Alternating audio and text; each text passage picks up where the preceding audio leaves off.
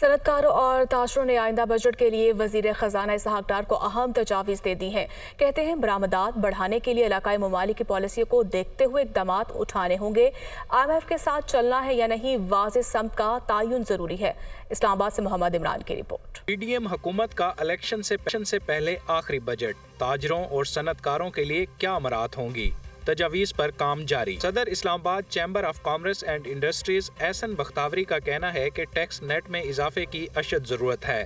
حکومت کو تجویز دی ہے کہ بجلی کے کمرشل میٹرز کے لیے NTN کو لازمی قرار دے دیا جائے تو ٹیکس نیٹ میں 2 ملین افراد کا اضافہ ہوگا۔ پاور ٹیرف کو ہمسایہ ممالک کی سطح پر لایا جانا چاہیے۔ نیپال ہے، انڈیا ہے، سری لنکا ہے، بنگلہ دیش ہے، ویتنام ہے۔ ہمارا جو پاور ٹیرف ہے وہ سب سے مہنگا ہے، تو ہمارے ایکسپورٹرز کو بہت زیادہ مشکلات ہیں۔ تو ہم نے سب سے پہلا جو پرپوزل دیا ڈار صاحب کو وہ یہ تھا کہ جو پاور ٹیرف ہے وہ ہمارا ریجنل کمپیٹیٹیو ہونا چاہیے، تو ہی ہم انٹرنیشنل مارکیٹ میں اپنی پروڈکٹس کو بیچ سکیں گے۔ صدر انڈسٹریل ایسوسی ایشن اسلام آباد احمد وحید کا ماننا ہے کہ گزشتہ 1 سال سے ملکی صنعت اپنی بقا کی جنگ لڑ رہی ہے۔ نئے بجٹ میں کسی قسم کا نیا ٹیکس نہیں لگایا جانا چاہیے۔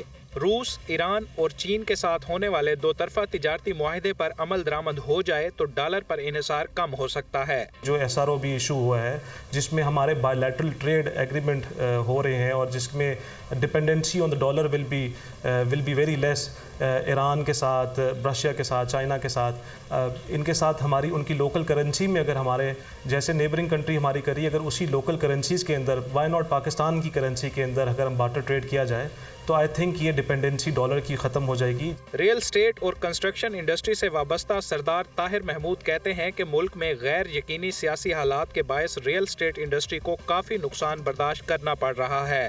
حکومت کو انویسٹرز کا اعتماد بحال کرنے کے اقدامات اٹھانا ہوں گے۔ ٹرانسفر کے ایکسپنسز ہیں ان کو کم کرنا چاہیے، ایڈوانس ٹیکس اور گین ٹیکس، اس کا پیریڈ اور شرح دونوں میں کمی کی ضرورت ہے، اور اسی طرح کنسٹرکشن کا جو کنسٹرکشن پیکج کے تحت بلڈنگز کنسٹرکٹ ہو رہی تھی سپتمبر تک جن کا ٹائم تھا، اس ٹائم کو ایکسٹینڈ کرنے کی ضرورت ہے۔ نیچرلی چونکہ ایک ڈیزاسٹر تھا، کووڈ بھی گزرا، اس کے بعد بھی مارکیٹ کے حالات۔ انجمن تاجران پاکستان کے سربراہ کاشف چودھری نے موجودہ صورتحال کو تاریخی موڑ قرار دیتے ہوئے کہا کہ حکومت کو مشکل فیصلے لینا ہوں گے۔ عالمی مالیاتی اداروں کے سہارے ملک نہیں چلایا جا سکتا۔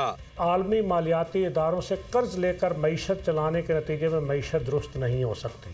اس لیے میں پاکستان کے تاجروں کا نمائندہ ہونے کے ناطے حکومت کو یہ گزارش کرنا چاہوں گا کہ یہ وہ تاریخی موڑ ہے جس میں اس کو یہ فیصلہ کرنا چاہیے کہ کیا ہم نے ملک کو قرض کی کشکول سے چلانا ہے یا اپنے قدموں پر کھڑا کرنا ہے۔ کاروباری برادری کا کہنا ہے کہ زرعی ملک کی حیثیت سے حکومت بھارت کی طرز پر ایک شہر ایک پروڈکٹ کی پالیسی متعارف کرائے تو مثبت نتائج برآمد ہو سکتے ہیں۔ صنعتکاروں، تاجروں اور ریل اسٹیٹ انڈسٹری سے وابستہ افراد نے آئندہ بجٹ سے بھاری توقعات کر لی ہیں، تاہم مشکل معاشی صورتحال کے باعث انہیں حکومت کے پاس موجود وسائل کا بھی بخوبی ادراک ہے۔ کیمرامین شاہین گردیزی اور کامران کے ساتھ محمد عمران، دنیا نیوز، اسلام آباد۔